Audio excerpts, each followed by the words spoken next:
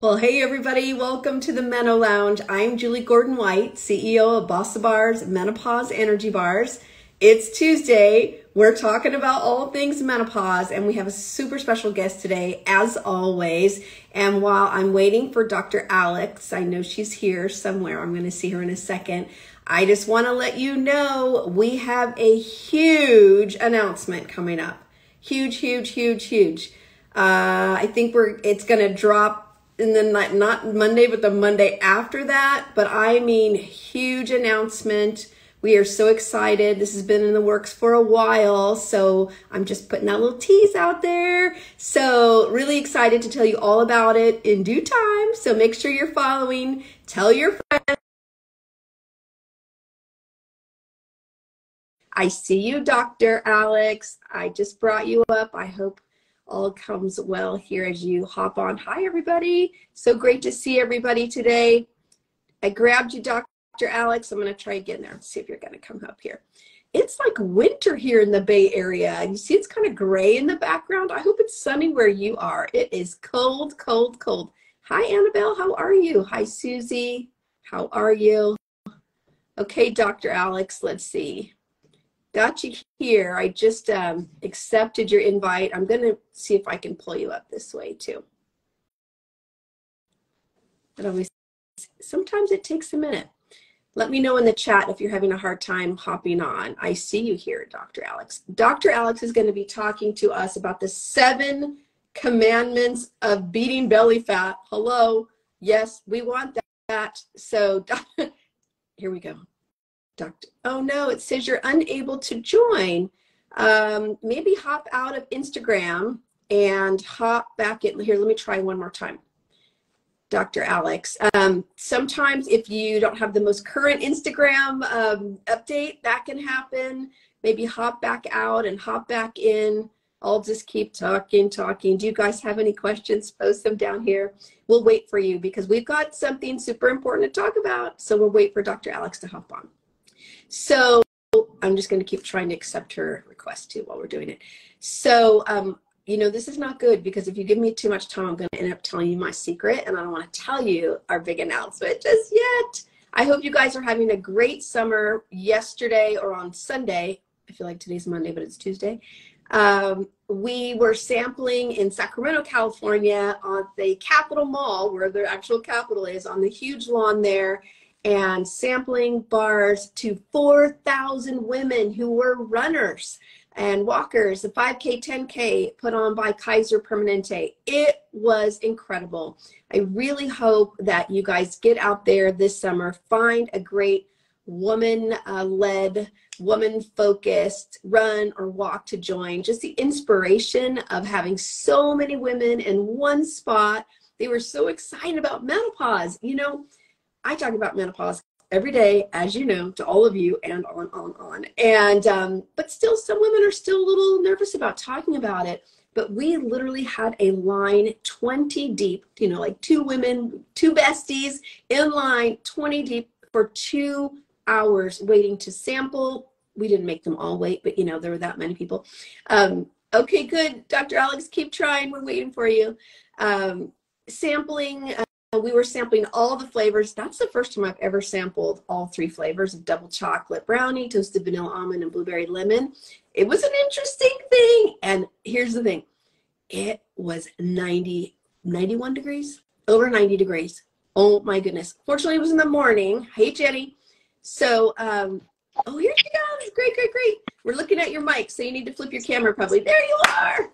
I was talking about sampling to 4,000 women this weekend in 90 degrees. And needless to say, the blueberry lemon did great. Toasted vanilla almond was a hero. And double chocolate brownie was like, this is not for me. It was just like a puddly chocolate mess. But who didn't want to eat like all that melty, yummy chocolate goodness, especially after you've just done a 5 or 10K, right? So anyway, I'm so glad you're here. Glad you made it.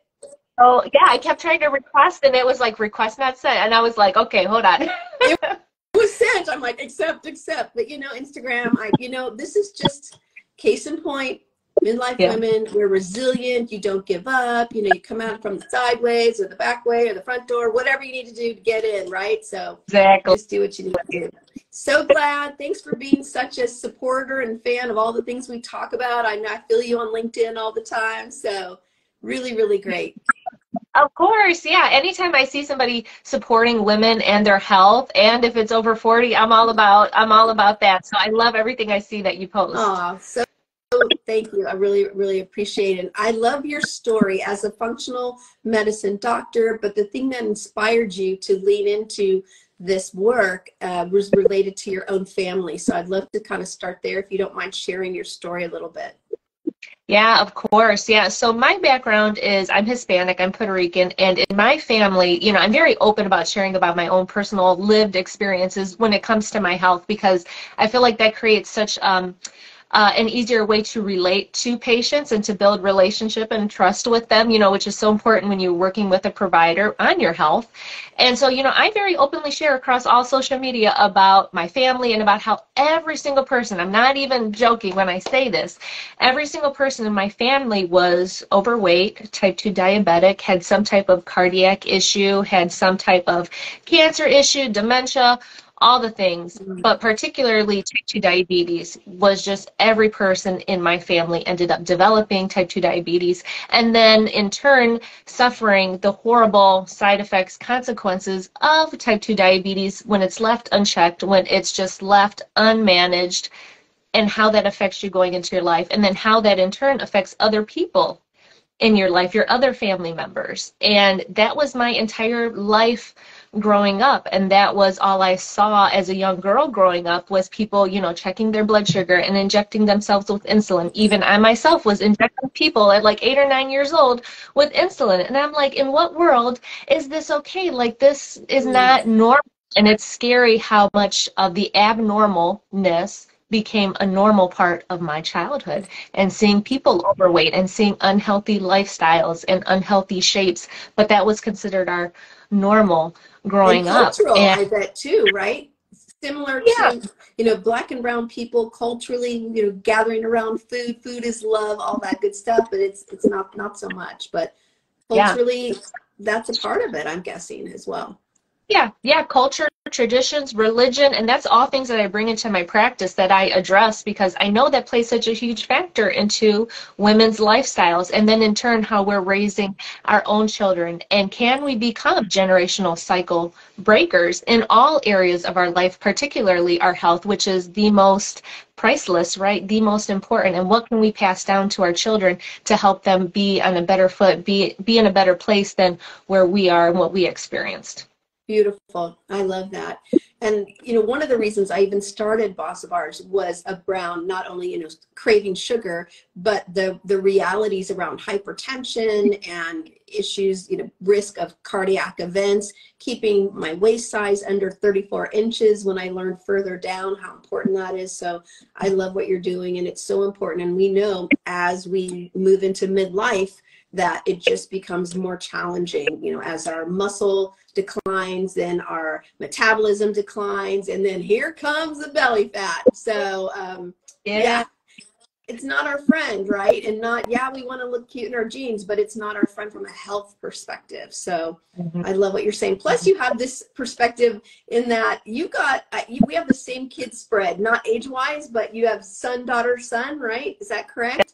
And I That's have correct. 8 years between top and bottom, and you have kind of similar, no, a little bit more than that, right? Because I know you have a 5-year-old and a high school graduate. Yes, I've got 3 kids. I've got an 18-year-old just graduated. I have a 15-year-old daughter who's about to be 16, and then my little guy is 5 and he's about to be I 6. love it. So Yeah. that adds a whole nother level to the mix of hormone management, right? You've got a teenage daughter as you're hormonal in your life, right? And then you have a little one still and one going out. So I love this. You're touching all the things here. I love Yeah, it. that's all. It's so I, good.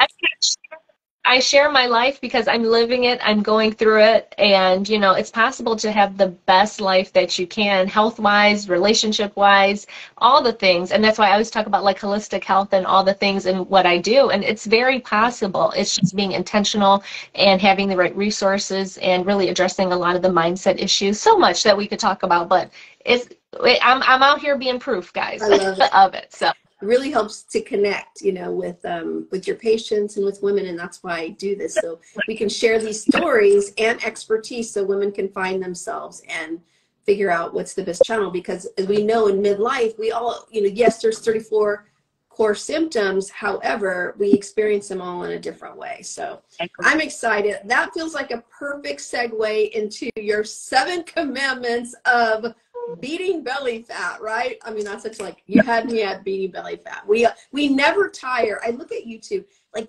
this. We talk about the same things over and over, and we never tire of talking about them at all, because we're just trying. I think we do need to try to move away from the silver bullet aspect of it, because it is a more holistic approach.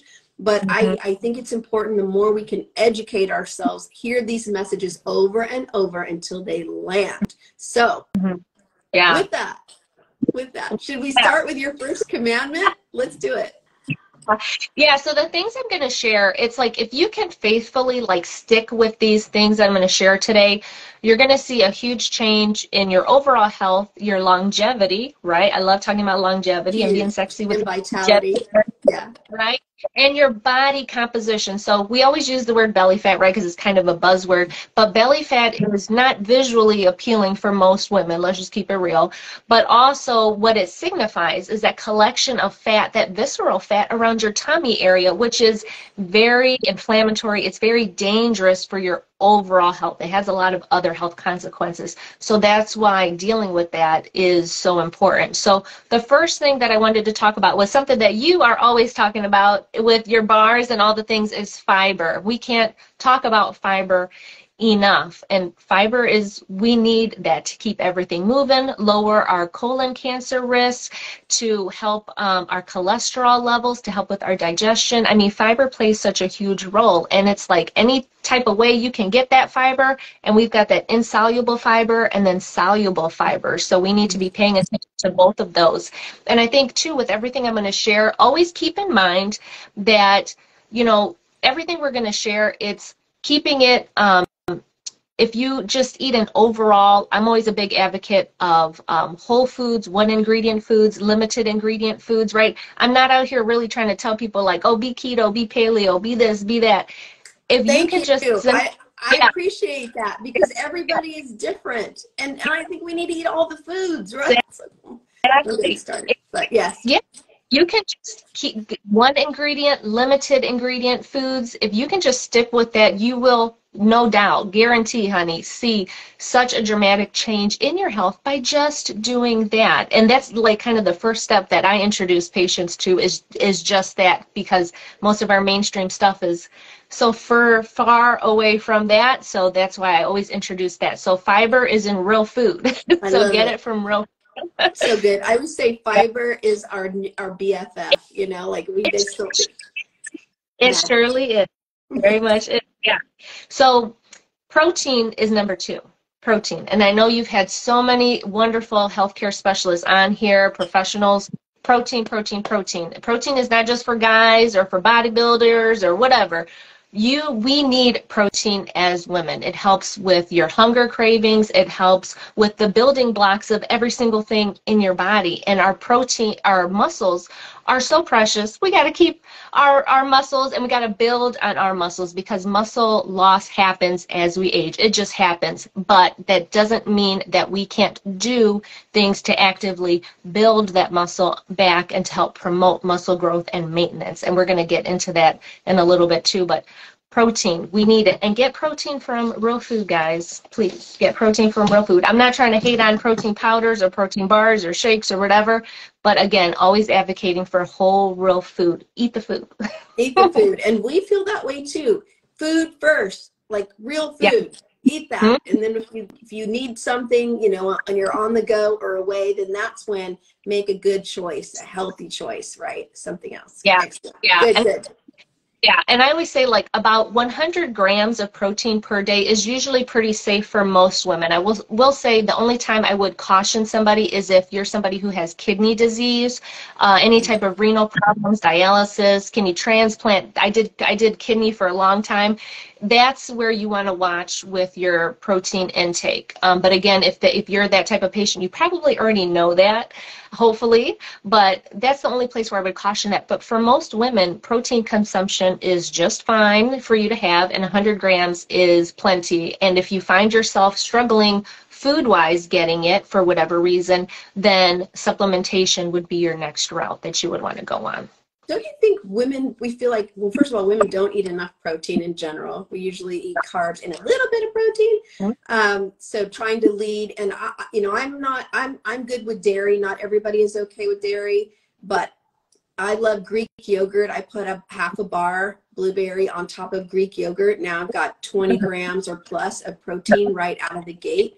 I love cottage cheese. Like, I've trained myself to go to those things first before a piece of a toast or, something like that. Getting that protein in. And then it's amazing, right? Do you agree with this? I mean, just your own palm size of meat, that's a lot of protein. You could get 40, 50 grams of protein based on your own palm, not your partner's palm, but yours, of some type of animal protein, chicken or beef or whatever, pretty easily. Do you agree with that? Yeah, there's two things I want to say about that. One is, when I'm working with patients and I'm teaching them about food and about protein, I really try to stay away from getting so focused and obsessed on like weighing and measuring. I actually don't have my patients do any of that, weighing, measuring, none of that. I teach them, look at your hand. Like, if you're out and about, look at your hand. That's about how much protein that you want to have. Yeah, your hand, not no manly man size hand, your hand. And that's how much protein will be appropriate for you at a given sitting. And another thing I want to share with you, and this is usually one thing that I teach my patients privately when I'm working with them, is when you sit down to eat your plate of food, eat your protein first. Always tackle that protein first. Huge. Then go to your little vegetable side, and then if you have some carbs on your plate, save those guys for last. And there's a couple reasons for this. One is you eat your protein first so you get your protein, right? And your protein's going to fill you up so that you're going to be satisfied way longer, and you're going to get that protein that you desperately need. And then by the time you get to your carbs on the other side, you're usually not very hungry, and you're not going to eat as much as you normally would. So you're going to eat less of those carbs that you don't really need so much of. And this helps to regulate your blood sugar. The way that your body is going to digest and break down the food in this manner is going to help you to regulate your blood sugar on the long term. So it's a couple reasons behind that. That is golden. I hope everybody took a note here, because I think we've been told, eat your veggies first. I've always been an advocate. Eat those veggies first. Plus I love vegetables. But, your salad, so you can fill up and then you're not hungry. But then you don't really want to eat all the protein. So I love, let's just flip that. Get that protein in there, then your veggies, and then that potato that's sitting there, or that little bit of pasta. That's exactly. And I'm not against carbs. Carbs got their place, right. And actually, I'll share this today as well. If you're trying to look to lose weight and you're trying to look to cut from some area, don't cut from your carbs. Don't cut from your carbs. You want to cut from your fat, only because the fat, it's more calorically dense for such a little tiny bit.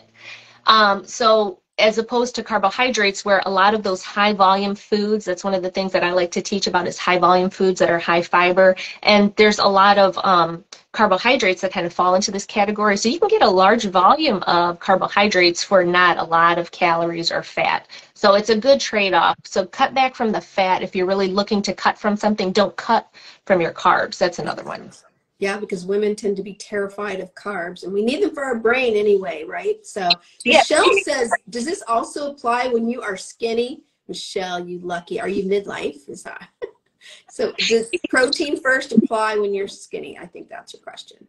Yes, because if you're skinny, you want to build up that, you want to still maintain your muscle tone, your frame. You still want to do all of that. And I actually have had women who, well, we could probably do a whole nother episode on like skinny fat. Is sure, a whole nother. Let's do it. Yeah. And so a lot of just assume because you're skinny, you don't really have any health problems or issues. And many, many people do. They just don't think that they do because they're not following up like they should be or doing certain things. But yeah, if you're on the skinnier side, yes, build that muscle tone because that's going to help with your thermal regulation. It's going to help with your hormones. Muscle helps with your hormone balance. We definitely need that. It helps with how we regulate our blood sugar. It helps with our immunity. Our muscles play such a huge part of our overall health, and they just they keep you upright, they keep you moving and grooving and doing the things you got to do. So and mobility, right? When you get older, that's why people fall, because they aren't strong, they don't have balance, they can't hold themselves up. So muscle. I was just talking to my 82-year, my parents are in their 80s and they're very healthy, but my mom could use more muscle. She does feel a little out of balance. Like, Mom, and she lifts weights, like, okay, let's just up that weight a little bit at a time. You know, don't be afraid of building muscle. You're never too old. And you want to be able to walk the stairs and keep going, right? Exactly. Yeah, just to overall function, mobility in your life. Keep up with your kids, keep up with your business, keep up with your grandkids. You have to. You absolutely have to do that. Right. Okay, can I go off script 1 second? I'm just, okay. Because this is all Michelle's fault for bringing this up. Michelle, no, I'm teasing. Okay. So Ozempic, yep. I think, okay, you're the doctor, not me. Seems like it's an amazing tool for people who are diabetics, who need to lose weight, because losing weight when we're overweight, that's, you know, huge cause of morbidity, you know, issues around that, right? Okay, so we need that. I'm concerned about when women are, now that people are starting to use it for weight loss, just weight loss. It's good, but then you're going to end up skinny fat. That's what I'm worried about. The skinny fat on the other side, when there's no emphasis on building muscle, just dropping weight, not fat loss, right? Weight loss versus fat loss. Then we're on the other side with no muscle, skinny fat. What do you think about that? I think that's going to be the rebound effect of this. Yeah. So, yeah, I will say, you know, whatever method people choose, whether they want to choose medications or not, that's what they want to choose. And I'm not against any of these weight loss medications. Yeah. I think in many cases they are saving people's lives, right? Whatever we can do to, you know, get you off of those blood pressure meds, get you off of the diabetic medications, reverse your diabetes, get rid of your sleep apnea, honey, whatever. Right. I'm down for it. But again, these medications are short-term solutions, right? In no world are you going to be on these for the rest of your life. That's what you have to. And I think so often people think that when you get to a certain weight, and I know I personally experienced this growing up because my weight went up, down all the time. And people always felt like, well, you know, once you get to a certain weight, like you're fine and you're just going to stay there. And I'm like, no. You got to maintain, you got to work to maintain that weight loss. And so that's what happens with these medications. Once you reach your level of where you're going to be at, and then you stop taking the medications, or if you're on some type of maintenance dose, depending on what you're doing, you need to maintain so that you don't go back to the lifestyle that caused you to need those medications in the first place. Preach. Okay, good. Yes, I just hope all doctors prescribing these medications have that same conversation, because I agree, when you need to lose weight for your health, do it, whatever gets you there, but be prepared. And I know we're going to talk about mindset. I don't want to give away secrets, but mindset, in order to make sure you maintain it afterwards and you just don't end up skinny fat. Now you have no muscle and you gain it back faster or more, which that breaks my heart. So, okay, let's go to number 3. So we have talked about fiber. We have talked about protein. Back to you, Dr. Alex. Go. So, yeah, we have pro and prebiotics. Those are 2 things that you want to be including in your diet.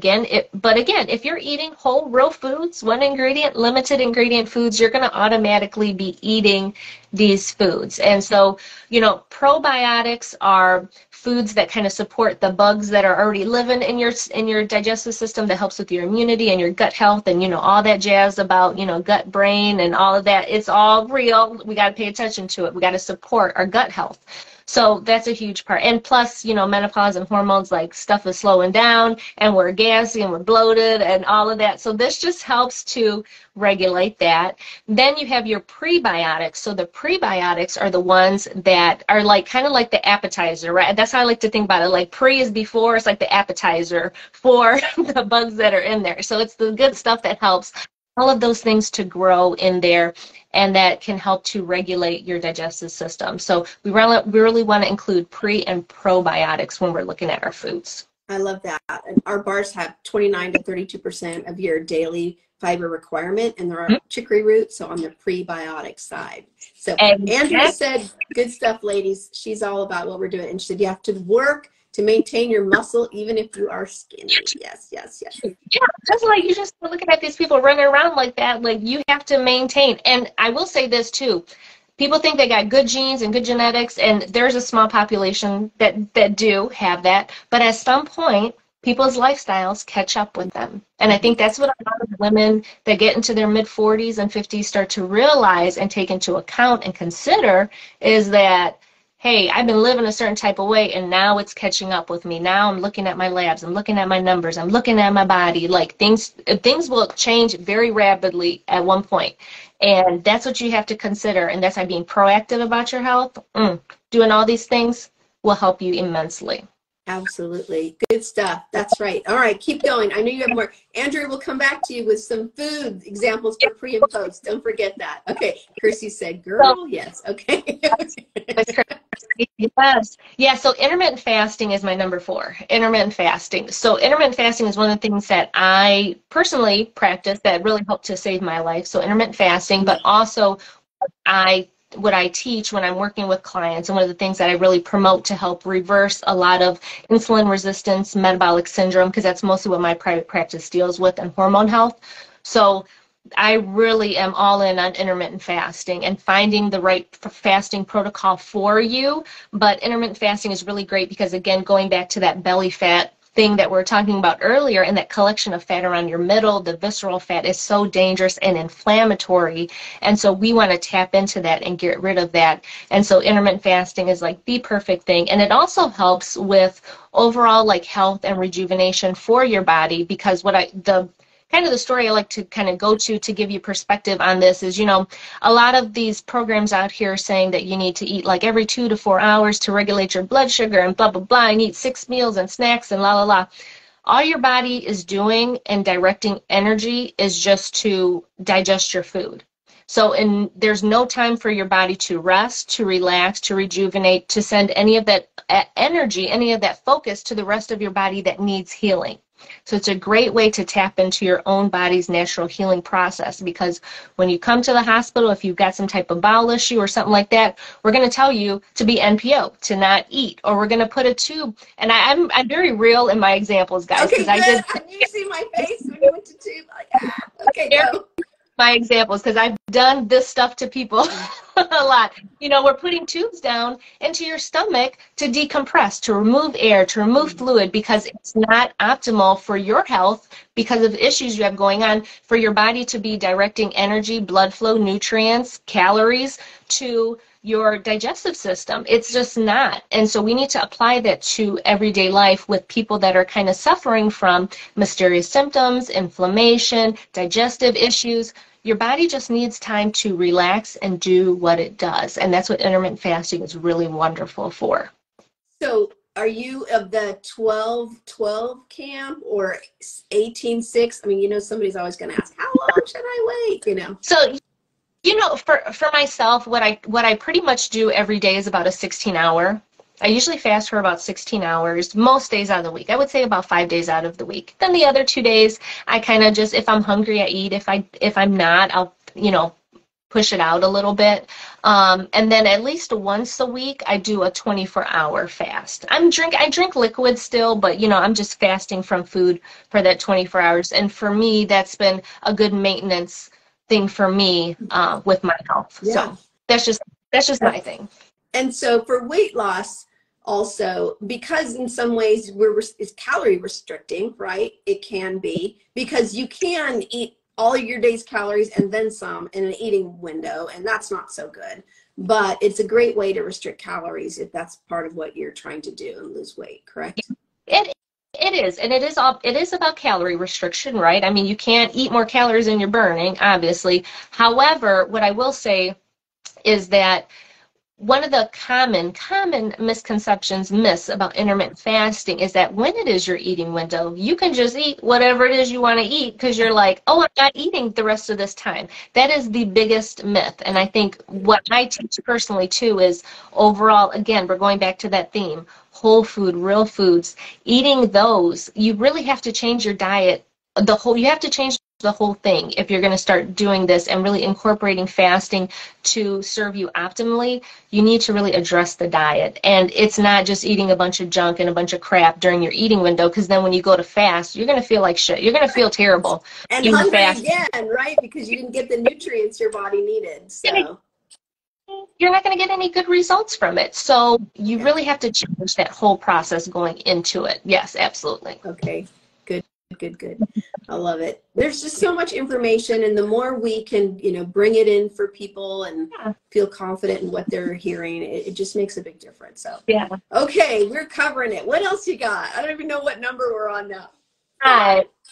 Number 5 is weight training. So working out, but specifically weight training. So we kind of all were talking about it before. Do you weight train? Do you lift those weights? Yes, I do. I love weight training. It's my favorite. I feel so good after weight training. Like my energy is through the roof, and I have to like watch myself because I'm walking around like, hey honey, how do my biceps look bigger? He's like, yeah, since yesterday. Yeah. Yeah. It is, yeah. So if you're watching this and you weight train, drop a little emoji in the chat, or drop a little muscle emoji if you weight train, because all women need to weight train. You're not going to look like a bodybuilder. You're not going to do anything like that unless you're specifically like trying, and that's a whole nother thing. But for everybody, for overall health, you need to be hitting those weights on the regular. Absolutely. Resistance training, you absolutely have to do that. Again, and we talked about it earlier, just for your metabolic health, your cardiovascular health, right? Because we've already, you've had other professionals on the show, like cardiovascular disease is the #1 killer of women. Right. And one of the greatest things we can do to help prevent that and offset that is through weight training and exercising, but particularly weight training. So boosting our immune system, our muscle health, all of that with weight training, it's absolutely what you need to be incorporating on the regular, for sure. Absolutely. And Andrew said, do my 3-pound hand weights count? And can I just say yes, if that's where you're at, right? Meet yourself where you are. 8 or 10 is usually where I'm hanging out, trying to make my way up. But you got to start somewhere. So as long as it's challenging after, you're getting towards the end of your set, then good. If you're just swinging it because it's so light, try 5. Right? Challenge yourself. There's all kinds of, you can start with your body weight is a good place to start, and then just work your way up from there. And what I will say too is, because I just had a patient who was going through this, she rolled her ankle really badly, so she wasn't able to, and I kind of had to check her a little bit, and I was like, listen, I said, your arms are just fine, so you need to be working those arms. Right. It's arm day, it's back, shoulder, arm day. I'm a big fan of splits, by the way. Going off script again. So I used to do full body workout 2 or 3 days a week, but then if I would miss, then I would miss for the whole week, or I would overtrain on full body. Then I'm tired and sore, and then I don't want to do the next workout. So for me, doing splits of legs, arms, back, and chest over 3 different days, and then have the rest of day for rest and recovery, which in midlife menopause, you need way more recovery time. It just is. That's just what it is. Don't fight it. And by doing that, then if my quads are sore, then I know my arms are still good. And then the next day or the day after, my back is okay, and shoulders. So that way you don't miss a workout, because if you're like me and you overdo it because you feel so good, you start to feel good and you're like, I can keep going. And then mistake. So anyway, that's just something that's helped me, is not doing full body because I overdo it. Then I'm too sore. Then I miss the rest of the week of workout. So that's my tip. No, that's a great tip. That's an excellent tip that you shared. And one other thing I would say to kind of piggyback off of that is, if, we always hear a lot about leg day. Don't skip leg day. Well, for me, leg day is kind of my favorite day. I love working out my legs of all the things, but your legs are your largest muscle group. And I always share this with my patients that are pre-diabetic or type 2 diabetic. You never want to skip leg day. You always want to use your leg muscles as much as possible because they use the most amount of glucose to function. So it's nature's, blood sugar lowering thing right there is just using your legs. So don't skip leg day. It helps to lower that blood sugar. And even if you find yourself, this is one little tidbit, I think I've made a couple of TikToks and reels about this, is follow you on TikTok for sure then. Okay. On TikTok and all the places, is if you find yourself with some high blood sugar, do about like 20, 30 squats and then recheck your blood sugar. It will come down quite a few. It'll come down. It'll come down a couple points for you just naturally, just by doing that, because your legs need a lot of glucose to function. So it'll naturally suck up that glucose and use it for energy. That's huge. I've never heard that tip before. That's golden. I'm just going to walk around squatting all day. That it does. It really helps. So good. Like, have it stacked, brush your teeth, squatting, making eggs, squatting, doing the thing, squatting. I love it. Yeah. Okay, good. Was that 5 or 6? It was 5. Okay. We're on 6 now, which is, we're going to talk about some vitamins, but particularly vitamin D and omega-3s. So, vitamin D, it is known as, the sunshine, vitamin, whatever, but some women are, sensitive to sun. And if you're on some medications that can make you a little bit sensitive to the sun, one of the tricks that I kind of help or kind of teach is, go to morning sunlight, and actually 10 minutes of morning sunlight is just really great for your overall health. My little one is like, gotta get my 10 minutes of sunshine in the morning. We'll go out and get some sunshine in the morning. So morning sunshine or sunset is good opportunities for sun because the rays are not so direct, but then you're still getting some of that sunlight, some of that activation for that vitamin D through that. So that's a little tip there. But, vitamin D, you can get it through foods, you can get it through oral supplements. The only thing I would caution is make sure that your provider is running a vitamin D level on you anytime you get blood work done. Yeah. So many people are low in vitamin D and don't even realize it. And then if you are darker skin colored, you have a darker skin pigment, your vitamin D level is probably a little bit lower because it's more difficult to get that sun activation. Right. So have your vitamin D levels drawn, and then you can supplement it orally, or I'm also a big supporter of IV hydration and IM injections. Ooh. So you can get that to reduce those levels pretty quickly for yourself. And vitamin D acts just like a hormone in your body. It helps things move along. It's like a little catalyst for so many things, and it really helps to support our bone health, right? And women particularly need to pay attention to our bone health and our vitamin D and our calcium. And again, our muscle building helps to strengthen our skeletal muscle, helps to strengthen all of that. So we need all of those things together. So good. You're just dropping the gold nuggets left and right. I love it. Okay, Andrea, I love your involvement here. She said, you just started with those weights. Fantastic. A nice 10 minutes of sunshine. So, I'm all about optimization. So take those 3-pound weights, go outside, lift them, you get a 2 for 1. Just saying. Go just squat outside. Squat, right. Lift, squat, outside. Check, check, check. Beautiful. Yes. Okay, keep going. Yeah, and then the other one is omega-3s, and it pretty much is just heart-healthy fats. And, I did kind of talk about fats, and if you want to cut back from fats, to cut back from fats, but we don't want to eliminate them. We need fats for our body. All of our cells are, like, fat-soluble. They have, fat lipids around the coating of all of our cells. So we need fat to function. It helps our skin. It helps all the parts of our body. So we do need fat, but omega-3s in particular are really great for our cardiovascular health and for decreasing inflammation. And so many women in menopause are dealing with, or even, pre-menopause, like getting ready to, the hormones are going down, but quite menopause yet.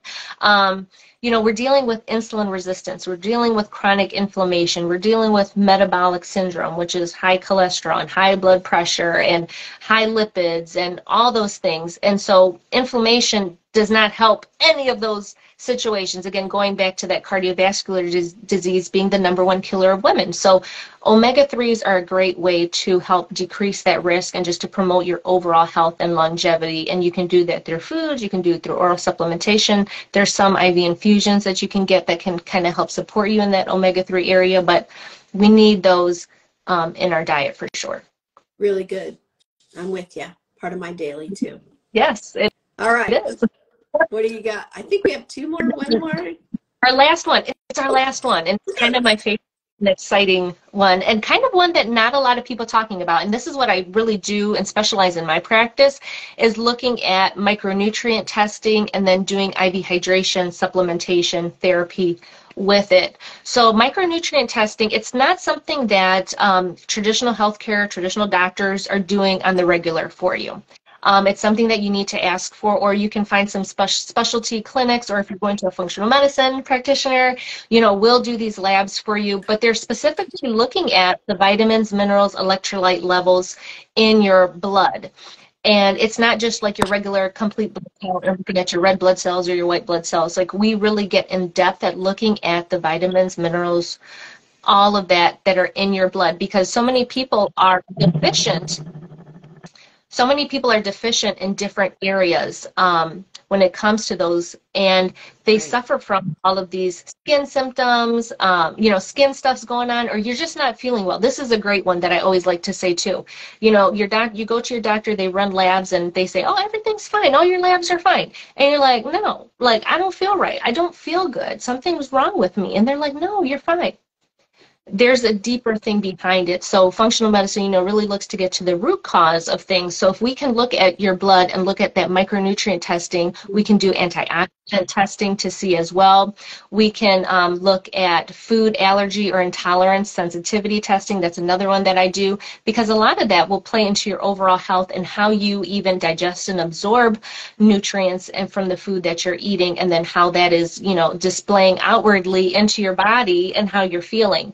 So micronutrient testing is amazing, because you can pinpoint all those little things. And then once you get that really detailed information, because I'm all about empowering women for their bodies, for their health, because we're all different, right? And you just were saying, like, I'm good with dairy, I'm good with this, but the next woman might be like, girl, I'm not eating, I can't eat no dairy and this and this.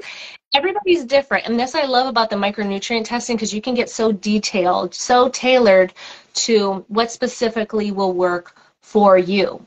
And so that's one of the things. And then when you get the results from that micronutrient testing, then you can look at IV hydration and supplementation and all these amazing infusions that we have that are vitamins, minerals, electrolytes, fluid that we give you intravenously, but it acts instantaneously on a cellular level. And I think a lot of the problem with a lot of the oral supplementation that we have is that, you know, if you're missing any pieces and parts, this is what I always ask people when they do an assessment with me, are you missing any pieces and parts? Meaning, have you had any surgeries on your GI system? Are you missing a pancreas? Are you missing a gallbladder?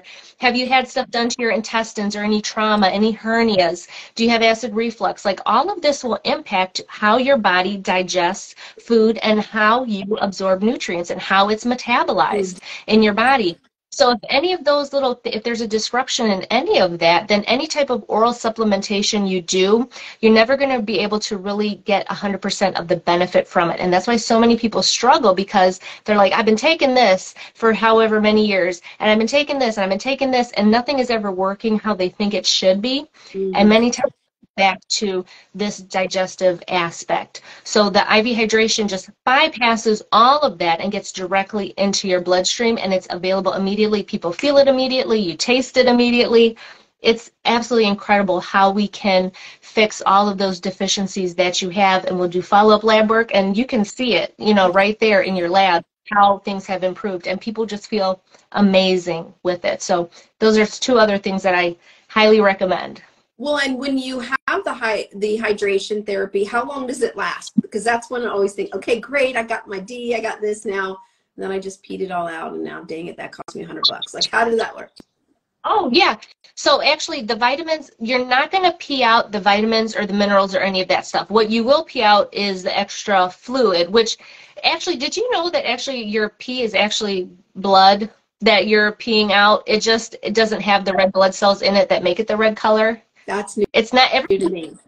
everybody thinks it's just like water, like just like extra water. No, it's actually like all the salts and all of the the byproducts from your kidneys diluting things, but it's really just blood, but without the red blood cells in it.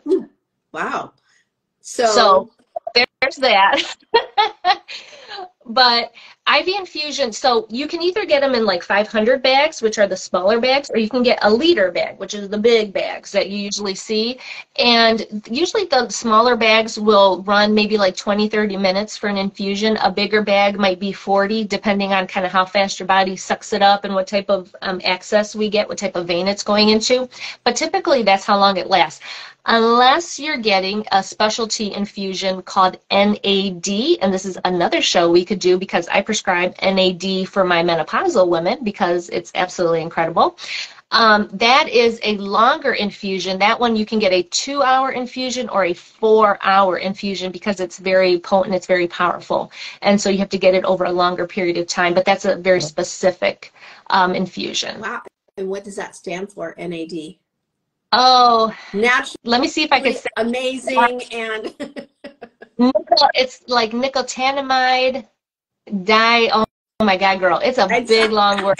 You can put it in the comments afterwards. I put you on the spot there. Yeah. Okay, but why is it so special for menopause? That's really what I want to know. Why is it better? Okay, so for menopause, it helps to rebuild nerve cells is one of the things that it does. It has a really great regeneration property, and it also helps to, there's a lot of research on the anti-aging, right, reverse aging.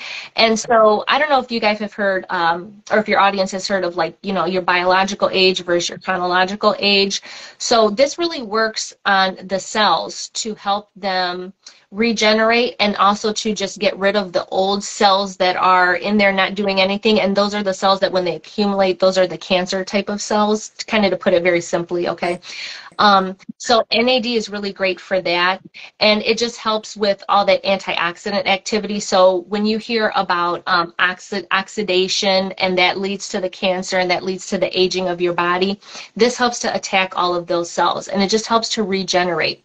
And especially for women who are going through menopause and they're dealing with a lot of the hormonal changes, because you know, your ovaries are not putting out what they, and if you've had a surgical, right, surgical menopause is another word for it, if you've had a hysterectomy and all of that.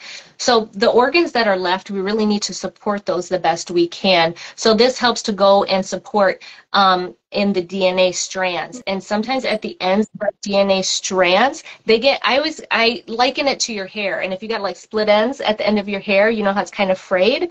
That's what happens to your DNA strands. So NAD goes in and it repairs and it fills in those ends of those strands to help them build them stronger, to reduce your risk and to help for anti-aging. So put it kind of simply, that's some of the benefits of NAD, but that's what happens, you know, as we age, and, you know, it just helps to fight all of that. So, and it helps with pain and like a lot of the muscle pain that women deal with. I've used it for patients with Lyme disease as well, and the fibromyalgia really helps with that, and with brain fog. A lot of menopausal women complain with you had that brain fog. Yeah, not all the things. So this helps to work in your brain, again, working on the nerve conduction and the nerve repair. It helps with all. So it's amazing. Sounds incredible. Let's come have you back on so we can do a deep dive on it, because I think that is a treatment support that we don't talk about a lot, you know, an IV support. And I used to, when I was coaching women entrepreneurs, I had a client that had specialized in that and had some really tremendous results for her clients. So let's talk about that. Let's do that. Wow, we have just gone on. This was so good. So many benefits and nuggets of goodness here. I have to ask you as we wrap up, you know, I have this question. What does menopause like a boss mean to you with a 5-year-old? I'm like, just being sexy and living your life and doing what you want to do, how you want to do it. And can I cuss? I cuss a lot. Go for it, I guess. Instagram. I post a lot of videos. I'm surprised I haven't cussed more during this. Go for it. Like, just, Be, you know, yeah. Yeah, just, you know, just saying like fuck you to people and just being who you want to be and how you want to be and showing up how you want to be no matter what age you are. Because I know I'm only 41 and I've had people tell me, oh, you can't shop at that store, you can't wear that, you can't wear, and I'm like, bitch, I'm like 41, like what are you trying to tell me? I can't wear these type of clothes and do what I want to do and make these boss moves that I want to make.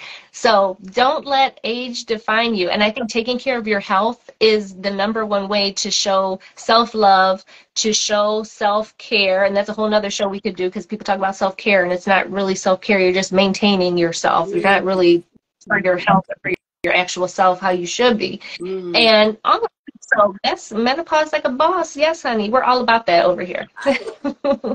Boom. That's all I have to say. Okay, Dr. Alex Rosa. I know some people are going to watching live or watching this replay are like, how do I talk to her? So how do people find you, follow you, book a call with you, all the things? Exactly. Yeah. So I'm all over. I'm on Facebook and LinkedIn and Instagram, TikTok. I'm on all the places. Usually you'll find me if you search at Dr. Alex Rosa.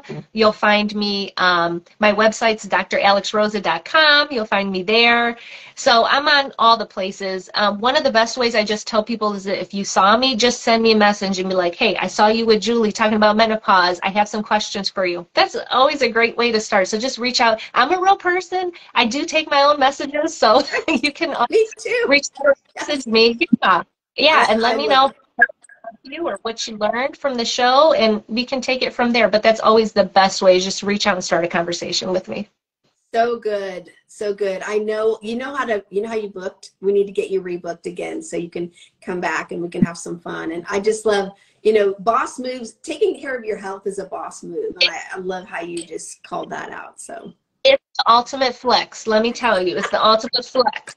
When you can be running in your 70s and 80s, right, looking hot because you took care of yourself in your 40s and your 50s. That's the ultimate flex. The ultimate flex. Whew, you're just dropping too many for me today. That's so good. So good. I love it. Thank you so much for being here, Dr. Alex. So fun, too. I love how you make all this important information, serious information, fun and easy for us to absorb and take in and apply. So make sure you watch this replay. There's 7 commandments of beating belly fat and all kinds of other good things and some F-bombs too. All the good stuff here. So to be continued. Thank you so much for being here, and let's do this again, okay? So, of course. Thanks, guys. All right. Be well, everybody. Take care. See you next time.